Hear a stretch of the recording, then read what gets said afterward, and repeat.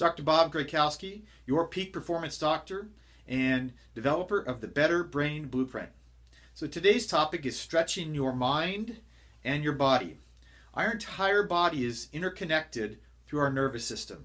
So if we are stretching our physical body, our muscles, we're actually affecting the nervous system, creating better neural connections within the brain.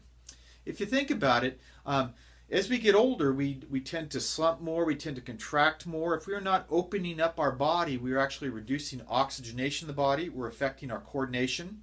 We're affecting the joints and the strength of the body to just walk and move around more upright.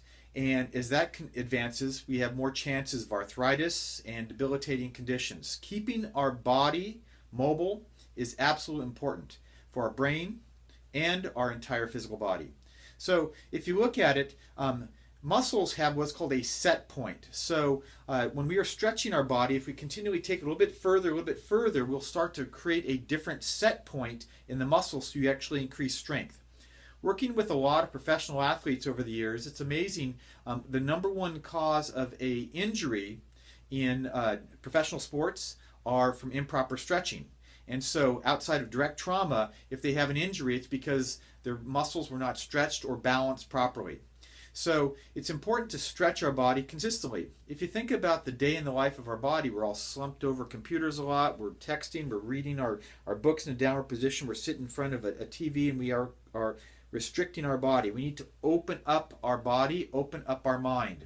This set point that takes place within the muscles needs to be constantly stretched, just like our brain. If we are not continually stimulating our brain, we will have a set point, and just like muscles, they will contract or shrink over time. Same thing happens within our brain. It's important when we're learning new things that we link it with something we already know. In our previous blogs, we talk about improving our memory and how we can not only improve remembering things in the past, but remembering even more processes in the future. So a lot of that is just continually improving upon what you have. Stretching consistently takes you a better place each time that you do it. Stretching our mind on a regular, consistent basis is absolutely important. If you think about it, our nervous system controls everything. So if you see somebody that's down or depressed or doesn't feel good, they're in a slumped, contracted position. Well, that emotion that we feel from that slumped, contracted position, our body immediately goes into a guarded position. If we open up our body, it changes the physiology of our brain, how we think, and the stresses on our fight or flight processes in our body. Our upper back, when we are slumped forward, affects that fight or flight response. If we open that up, it actually takes stress off of the brain and nervous system. So today's topic is really about getting into a regular stretching routine. Increases oxygenation in the brain, creates more flexibility, takes stress off of the joints to allow you to be more active throughout your entire life. So stretching is absolutely critical. Get a stretching partner. Stretch yourself physically. Get a stretching partner that you're learning new things.